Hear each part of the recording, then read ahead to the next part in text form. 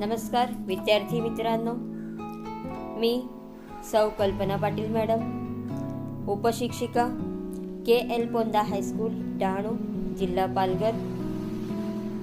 आज आपण आपल्या इयत्ता 10वीच्या कुमार भारतीमधील अरुणा ढेरे लिखित 8वा पाठ वाट पाहताना या पाठाचं मार्गदर्शन करून घेणार आहोत. या आपल्या पाठाच्या लेखिका आहेत अरुणा ढेरे, ज्यांचा जन्म 1957 साली झालेला आहे. आता आपण आपल्या पाठाच्या लेखिका अरुणा ढेरे यांचा परिचय करून घेऊया. अरुणा ढेरे या प्रसिद्ध कवयित्री, कथा लेखिका, संशोधक आणि समीक्षक आहेत.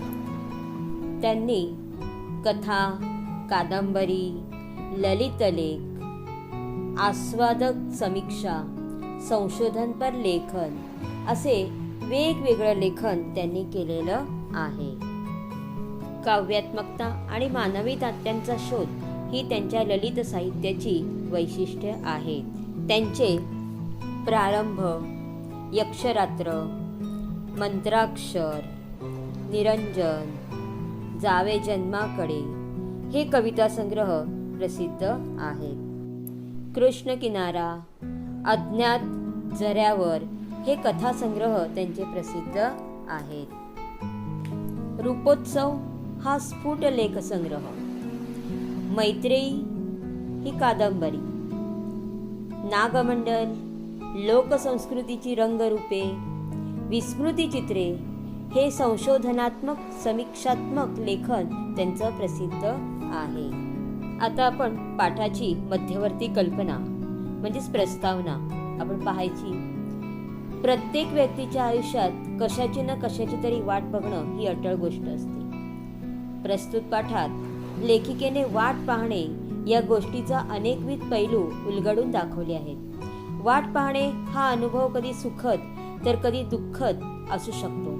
त्यात कधी उत्कंठा, हुरहुर असते तर कधी दडपण असते आणि हे या पाठातून लक्षात येते. प्रत्येक व्यक्तीच्या जीवनात कशाची ना कशाची वाट पाहणं ही एक अटळ गोष्ट असते. जे हवं असतं ते सहज हाती न आल्याने त्याबाबत वाट पाहावीच लागते. वाट पाहिल्यानंतर जे प्राप्त होतं ते एक अनोखं सुख देऊन जात असते. वाट पाहिल्यानंतरच त्या गोष्टीचं खरं महत्त्व आपणास समजतं. लेखिकेच्या जीवन प्रवासातील वाट पाहतानाचे अनेक वेगवेगळे प्रसंग आलेले आहेत आणि त्या प्रसंगाचं वर्णन या ललित लेखामध्ये लेखिकेने केलेलं आहे. आता आपण प्रत्यक्ष पाठाला सुरुवात करूया. होळीनंतर थंडी झपाट्यानं कमी होत जायची आणि आंब्यावर मोहोर नुसता घमघमत असायचा. परीक्षा तोंडावर आलेली असायची.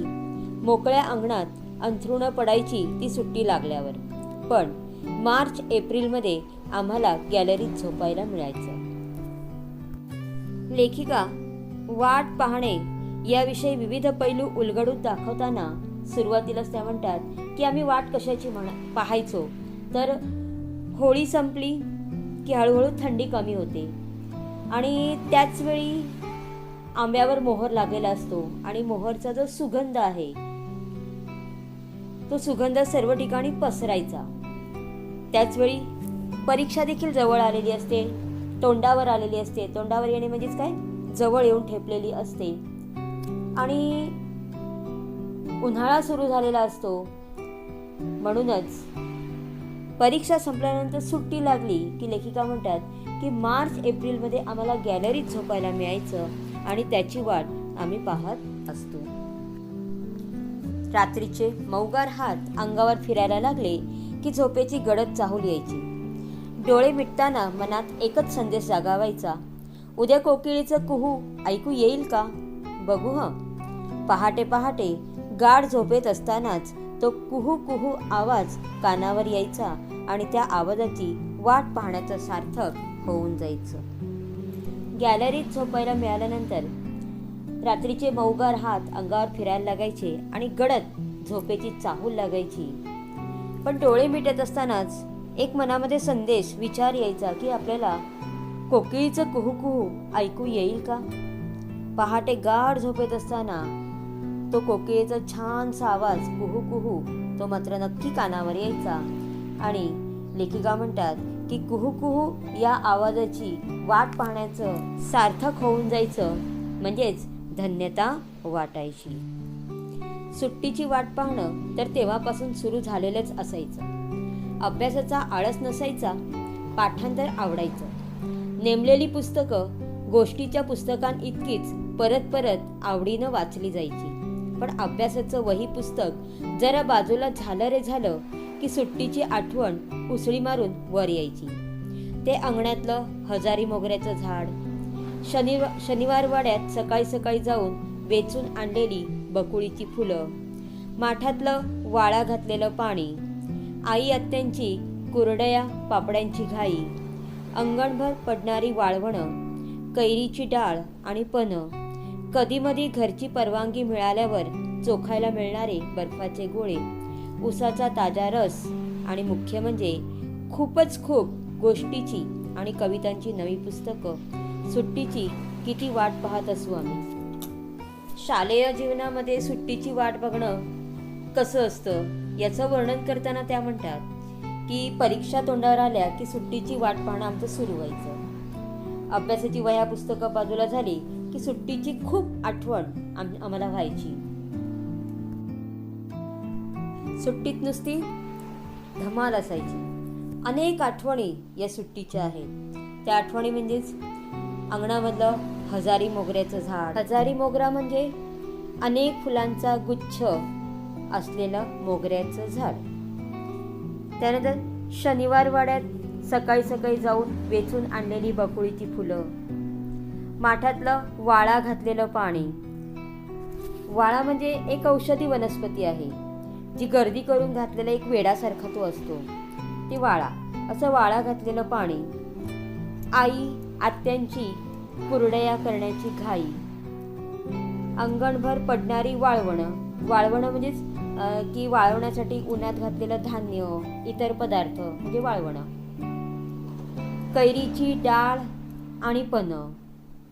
कधीमधी घरच्या लोकांची परवानगी मिळाली तर चोखायला मिळणारे बर्फाचे गोळे, त्याचबरोबर उसाचा ताजा रस आणि मुख्य म्हणजे खूप खूप गोष्टींची आणि कवितांची नवीन पुस्तकं. आणि कदाचित या सगळ्या गोष्टी मिळतात या सुट्टीमध्ये, म्हणून लेखिका म्हणतात या सुट्टीची देखील आम्ही खूप वाट बघायचो. आमच्या भल्या मोठ्या वाड्यात पुष्कळ बिराडं असली तरी अख्ख्या वाड्याला मिळून असलेला एक चौथा मजला म्हणजे माळाच होता. सुट्टीची वाट पाहताना माळ्यावर जाऊन पुस्तकांच्या गराड्यात बसण्याच्या अद्भुत कल्पनेनं अगदी आतून मन फुलून येईल. पुस्तकांची वाट पाहण्यात एक गंमत होती. एक वेगळंच जग तिथे भेटत होतं. न पाहिलेले देश, न पाहिलेली माणसं, न अनुभवलेले प्रसंग, अनोळखी तरी पण आपले वाटणारे, ओळखीचे धागे जुळणारे, न जुळणाऱ्या गोष्टीसुद्धा किती थक्क करणाऱ्या. म्हणजे जग असंही असतं तर मला केवढं तरी नवेपण भेटत होतं आणि शब्दांची जादू कळत होती. मी वाचत होते त्या गोष्टी, तो इतिहास, ती गाणी कुणीतरी रचलेली होती, लिहिलेली होती. जे सुचलं, जे लिहावंसं वाटलं ते कसं लिहू शकली आहेत ही माणसं. मला भाषेची ताकद समजत होती, लेखकाच्या प्रतिभेची ताकद समजत होती. म्हणून पुस्तकं वाचण्याची वाट पाहण्यात उन्हाळ्याच्या आधीचा काळ इतका वेळ लावायचा की बस. सुट्टीची वाट पाहत असताना लेखिकेचं मन मात्र माळ्यावर जाऊन पुस्तकांच्या गराड्यात बसण्यात आतुर व्हायचं. पुस्तकांच्या या विश्वातच लेखिकेला न पाहिलेले देश, न पाहिलेली माणसं, न पाहिलेले अनुभवलेले प्रसंग अनुभवता यायचे. ओळखीचे धागे जुळायचे. वाचनाच्या संस्कारातून भाषा, लेखकाच्या प्रतिभेची ताकद समजायची. नवे शब्द, त्यांचा अर्थ, यातून जे लिहावंसं वाटलं ते लिहिणारी अनेक माणसं परिचयाची व्हायची. आणि म्हणून पुस्तकं वाचण्याची वाट पाहण्यातला काळ मनाला वेड लावायचा. म्हणूनच लेखिका हा जो सुट्टीचा कालावधी आहे या सुट्टीची वाट पाहण्यातच त्यांना धन्यता वाटायची. आणखीन एक वाट पाहणं होतं पोपटांच्या थव्याचं. आमच्या घरामागे एक मोठं उंबराचं झाड होतं. उन्हं तापण्याचे दिवस आले की त्यांचे थवे उंबरावर येऊन उतरायचे. कशा तरीच पानांचं गाठींचं ते झाड. तेव्हा पिक्या उंबरांनी आणि रागूंच्या हिरव्या पंखांनी इतकं सुंदर होऊन जायचं. मी वाट पाहायची त्या थव्यांची, त्या लालसर गोड झालेल्या उंबरांची, माझ्या मनात जाग्या होणाऱ्या कितीतरी कवितांची. लेखिकेचं आणखीन एक वाट पाहणं होतं, ते म्हणजे उंबरांच्या झाडावरील पोपटांच्या थव्यांचं. घराच्या मागे असणारं उंबराचं मोठं झाड, त्या झाडावर बसलेले हे पोपटांचे थवे आणि या पोपटांचा असणारा सुंदर सुंदर हिरवा रंग आणि त्यांचे असणारे हे हिरवे पंख इतके सुंदर दिसतात की त्यावेळी त्या उंबराच्या झाडाला लागलेली लालसर फळं, म्हणजे पोपटाचा असणारा हिरवा रंग आणि फळांचा असणारा लाल रंग, की ते दृश्य इतकं सुंदर दिसतं की या दृश्याची वाट लेखिका या काळामध्ये पाहायची. पुढे मग कवितेचं बोट मी चांगलं घट्ट धरून ठेवलं. तिची माझी मैत्रीच झाली. आपण कधी पण केव्हा पण मैत्रिणीला हाक मारतो, तिच्याकडे धावतो, तिच्याबरोबर भान विसरून मनातलं वाटेल ते बोलतो. इथे फक्त एक फरक होता, तिला हवं तेव्हा ती माझ्याकडे यायची, कधीही, रात्री, मध्यरात्री सुद्धा. पण मला मात्र कधी कधी खूप वाट बघायला लावायची. मी हाक मारल्यावर हमखास येईलच असं नसायचं कवितेचं. मग तिची वाट पाहणं, अस्वस्थ होणं, कशातच मन लागेनासं होणं, आई आत्यांची ती बोलणी खाणं. आज ते वाट पाहणं आठवलं तरी मी पुन्हा हुरहुरते. उंबराच्या पिकल्या फळावर पोपटाचे हिरवे पंख पुन्हा उतरून यावेत असं उगाच वाटत राहतं. खूप वाट पाहायला लावणारी कवितारूपी मैत्रीण. तिच्याविषयी म्हणताना लेखिका म्हणते की आपण आपल्या मैत्रिणीला हाक मारतो, तिच्याकडे धावतो, तिच्यावर आपण भान विसरून मनातलं वाटेल ते बोलतो. पण इथे मात्र कवितारूपी मैत्रीण जी आहे तिथे मात्र फरक होता. या ठिकाणी जेव्हा कवितेला आपल्याकडे यायचं असेल तेव्हा ती यायची, अगदी रात्री, मध्यरात्री सुद्धा यायची. कधी कधी ही कविता लेखिका म्हणते मला खूप वाट पाहायला लावायची. मी हाक मारली तर लगेच येईलच असं नसायचं आणि मग तिची वाट पाहणं अस्वस्थ व्हायला लागायचं, कशातच मन लागायचं नाही. आणि मग अशावेळी आई आत्या खूप ओरडायचे मला. पण या कवितारूपी मैत्रिणीची वाट पाहायला हे आठवलं तरी देखील मी पुन्हा हुरहुरते. जसं काही उंबराच्या पिकल्या फळावर पोपटाचे हिरवे पंख पुन्हा उतरून यावे, तसं ही कवितारूपी मैत्रीण या ज्या आठवणी आहेत त्या पुन्हा जाग्या व्हाव्यात असं उगाचच लेखिका म्हणते मला वाटत राहतं. आमची आत्या तेव्हा उरळी कांचनच्या मराठी शाळेत नोकरी करायची. तेव्हा आजच्यासारखी उरळीला सहज जाण्याजोगी वाहनांची सोय नव्हती. आत्या सकाळी 8 वाजताच घरातून जायची, बस पकडून रेल्वे स्टेशनला जायची, मग पॅसेंजरने उरुळी. परतताना तसंच. गाडी पुष्कळदा उशिरा सुटायची. पुन्हा पुणे स्टेशनवरून बसनं घरी परतायला तिला कधी 9, 9:30 सुद्धा व्हायची. आम्ही भावंड तेव्हा तिची वाट बघत वाड्याच्या दिंडी दरवाज्यात उभी राहायची. आत्या येईपर्यंत वाट बघून रडू गळ्याशी दाटलेलं असायचं. ती आली की धाकटा भाऊ झेप टाकून तिला लोंबकळायचा आणि मी रडू आवरत हसायची.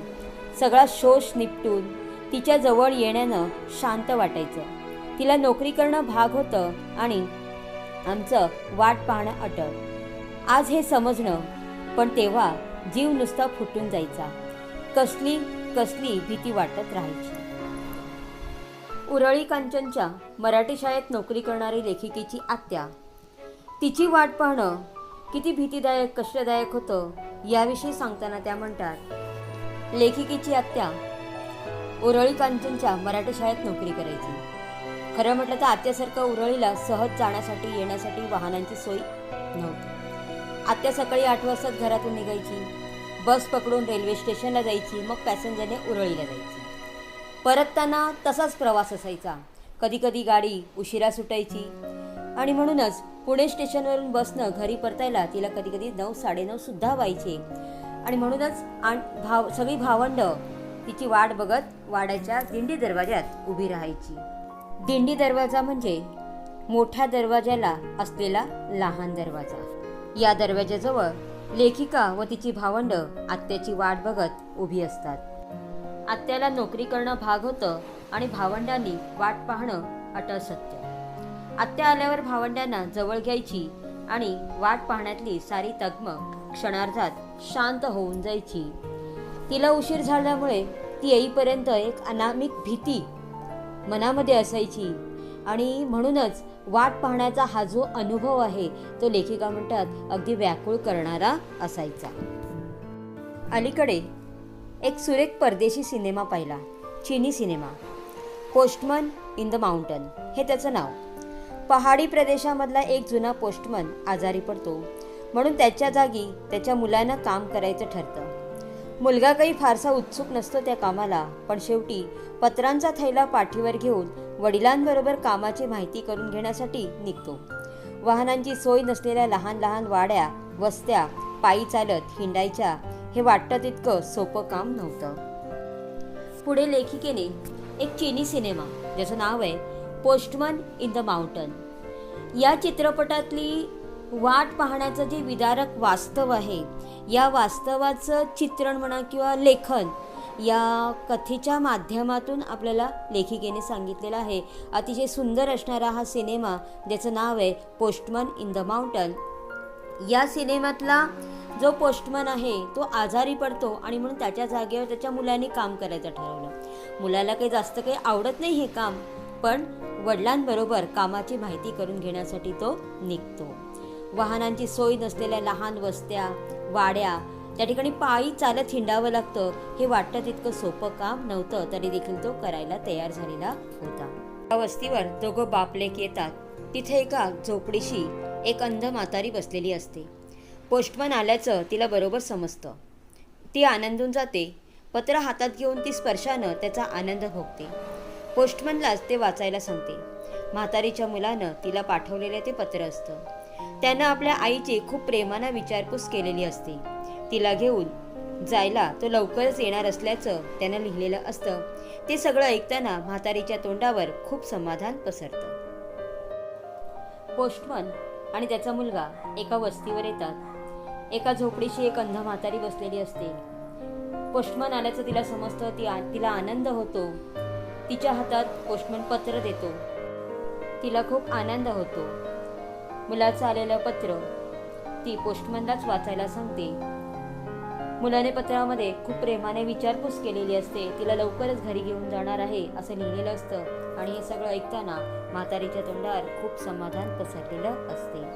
मुलगा जेव्हा पुढे होतो तेव्हा त्याला दिसतं की बापाच्या हातात मुळी कोरा कागदच आहे, त्यावर काही लिहिलेलंच नाही. म्हातारी मात्र त्याच्या बापाला पुन्हा पुन्हा धन्यवाद देते, आशीर्वाद देते.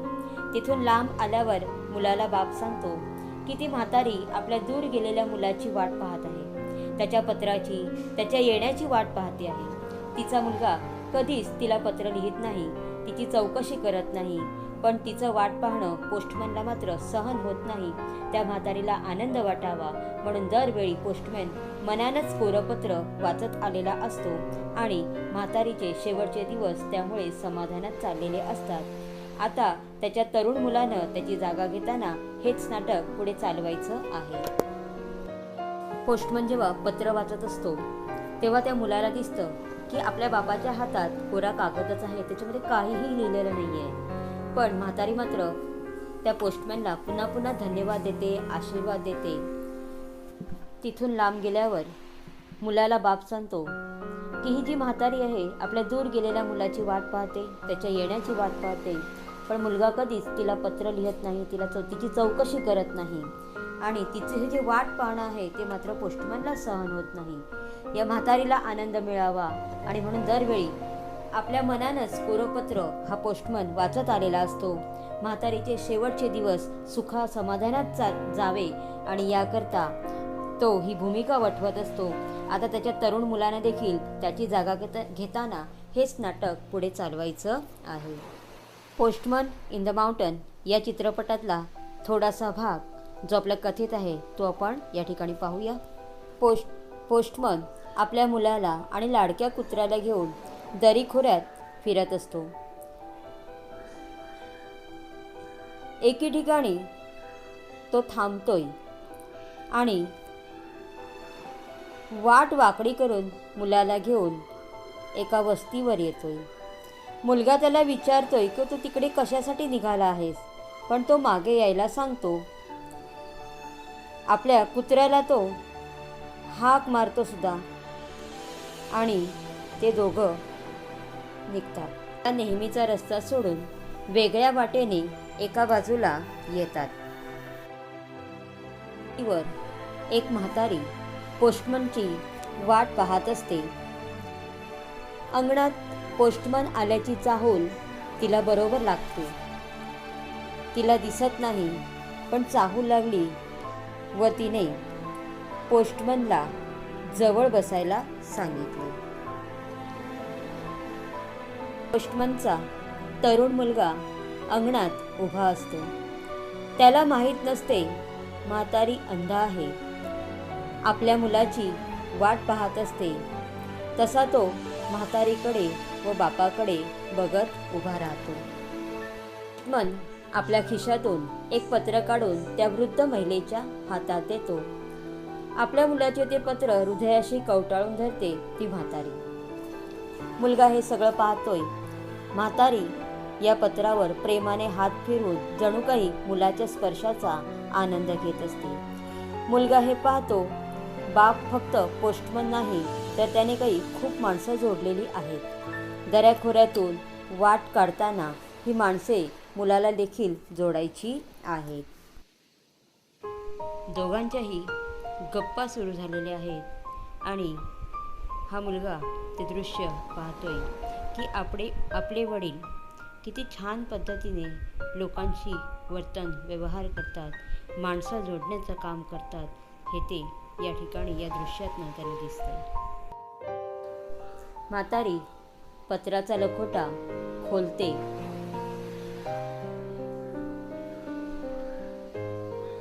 आतून पत्र बाहेर काढते. पोस्टमनचा मुलगा उत्सुकतेने पाहत असतो.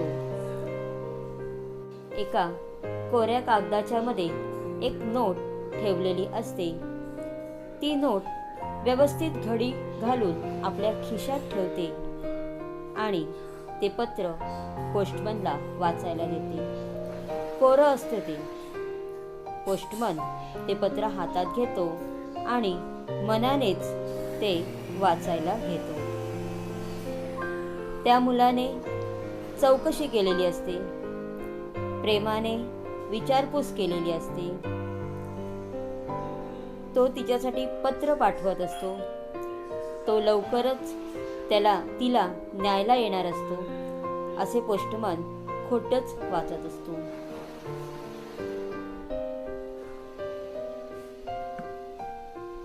मुलगा हे पाहतोय की आपल्या वडिलांच्या हातात कोरा कागद आहे आणि मनानेच तो पत्र वाचतोय, म्हातारीशी चर्चा करतोय. वडिलांना केवळ आपल्या नोकरीची कामेच शिकवायची नसतात, तर त्यांना माणसाच्या प्रेमाचे संबंध आहेत ते पण मुलाला शिकवायचे असतात. तोच कोरा कागद हातात घेत तो म्हातारीच्या जवळ बसायला सांगतो.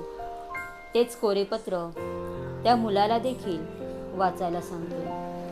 काय वाचावं हा प्रश्न मुलाला पडतोय, पण आत्तापर्यंत बघितलेल्या प्रसंगानं तो सावरलेला असतो.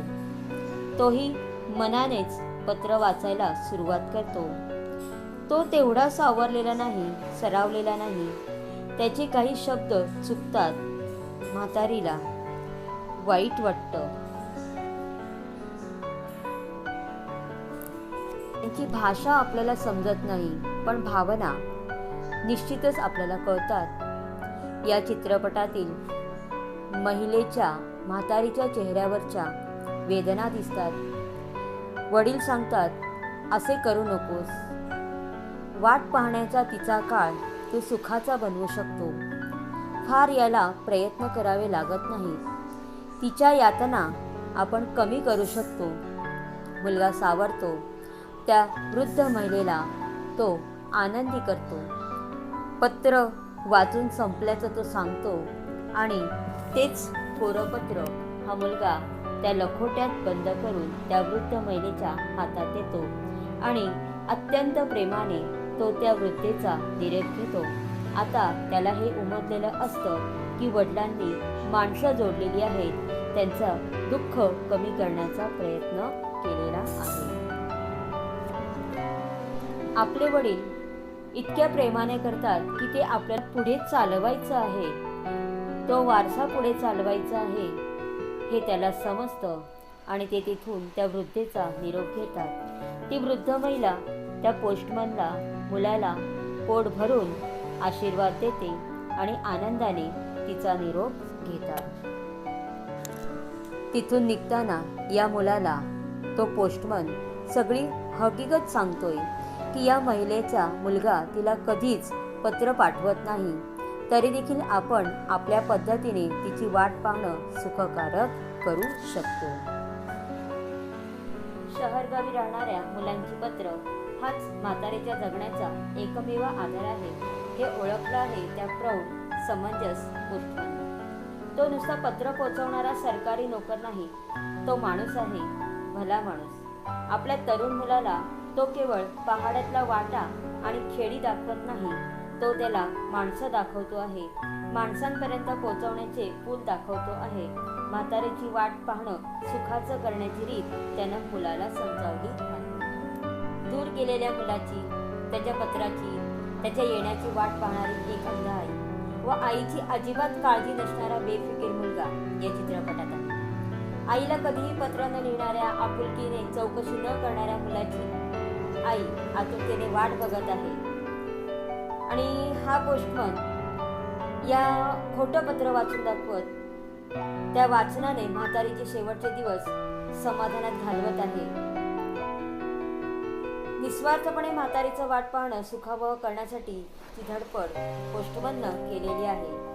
हा पोस्टमन आपल्या मुलाला फक्त पहाडातल्या वाटा किंवा खेडी दाखवत नाही, तर माणसांपर्यंत कसं पोचायचं याचं शिक्षणही तो देत आहे. एखाद्याची वाट पाहणं सुखाचं कसं करायचं त्याची रीतही त्याने आपल्या मुलाला शिकवलेली आहे. वाट पाहणं ही गोष्ट एरवी सुखाची थोडीच असते. दुःख, काळजी, भीती, अस्वस्थता, तडफड कितीतरी गोष्टी असतात त्यात भरलेल्या. पावसाची वाट पाहणाऱ्या शेतकऱ्याचे डोळे आठवा जरा, किंवा विठूच्या दर्शनाची वाट पाहणाऱ्या संतांचे अभंग आठवा. त्या करुणेचा स्पर्श झाला की लक्षात येतं एखाद्या गोष्टीची वाट पाहायला लागते तेव्हाच तिची किंमत कळत जाते. कित्येक मोलाच्या गोष्टी सहज मिळाल्या तर त्याचं मोलच आपल्या लक्षात येत नाही. वाट पाहताना आपण संयम शिकतो, धीर धरायला शिकतो, एखाद्या गोष्टीवरचा विश्वास घट्ट करायला शिकतो, श्रद्धा डोळस आणि पक्की होत जाते, ध्यास वाढत जातो. लेखिका म्हणतात की वाट पाहणं हे नेहमीच सुखाचं असतं असं नाही. कितीतरी वेळा त्याच्यामध्ये दुःख, काळजी, भीती, अस्वस्थता, तडफड अशा कितीतरी गोष्टी या वाट पाहण्यामध्ये भरलेल्या असतात. मग पावसाची वाट पाहणारा शेतकरी असो की जो ये म्हणतो तेव्हा पाऊस येत नाही किंवा थांब म्हणतो तेव्हा तो थांबत नाही, अशा पावसाची हा शेतकरी मोठ्या आतुरतेने वाट पाहत असतो. आकाशाकडे त्याचे डोळे लागलेले असतात आणि त्या आतुरतेने तो पावसाची वाट पाहतो, कारण पावसाच्या पाण्यावरच त्याचं उद्याचं जीवन उभं असतं. शेतीवाडीत चांगलं पिकलं तरच त्याचा उद्या सुखावह ठरणार आहे आणि म्हणूनच तो पावसाची आतुरतेने वाट पाहत राहतो. तर भगवंत विठ्ठलाच्या दर्शनाची वाट प्रत्येक संत कवींनी पाहिलेली आहे. भगवंत विठ्ठलाचा साक्षात्कार त्यांना सहजासहजी झालेला नाही. त्यांच्या मनातील भावकल्लोळ त्यांच्या अभंगवाणीत स्पष्टपणे उमटलेला आहे. म्हणून त्यांचे अभंग आठवा असं लेखिका म्हणतात. जेव्हा एखाद्या गोष्टीची आपण वाट पाहत असतो तेव्हा त्या गोष्टीची किंमत आपणास खऱ्या अर्थाने समजते. जे आपल्याला हवं आहे ते सहज हाती आलं तर त्या गोष्टीचं मोल आपणास खऱ्या अर्थाने लक्षात येत नाही. मग वाट पाहताना आपण काय शिकतो? संयम शिकतो, धीर धरा शिकतो, एखाद्या गोष्टीवर विश्वास घट्ट करायला शिकतो आणि श्रद्धा डोळस म्हणजे आंधळेपणाने विश्वास न ठेवणारा आणि पक्की होत जाते, ध्यास वाढत जातो. या गोष्टी आपण वाट पाहताना शिकत असतो. हे सगळं एका वाट पाहण्याची गोष्ट करताना सहज मनात येत आहे आणि वाटतं की जे हवं ते सहज हाती येऊच नये. थोडी वाट पाहायला लागावी, थोडी तडफड भोगायला लागावी, तरच सुखाची चव वाढेल, यशाची गोडी वाढेल, प्रेमातली मायेतली तृप्ती वाढेल आणि आयुष्याबद्दलची ओढही वाढेल. लेखिका शेवटी म्हणतात की अधिकाधिक वाट पाहिल्यामुळे आपली खरी ओढ कुठे आहे हे कळतं. आपल्याला खरोखर काय हवं आहे, नेमकी कशाची गरज आहे हे कळून चुकतं. जे आपल्या दृष्टीने मोलाचं आहे ते शोधण्याची दृष्टी या वाट पाहण्यातनं मिळते. आपल्या दृष्टीने मोलाच्या असलेल्या गोष्टी मिळाल्या तर आपलं जीवन समृद्ध होतं आणि जीवन समृद्ध जगणे हेच तर प्रत्येक माणसाचं ध्येय असतं. आणि म्हणून वाट पाहणं त्रासाचं असलं तरी अनेक गोष्टींचे मोल ओळखण्यासाठी ते उपयोगी ठरतं आणि हे खरंच आहे.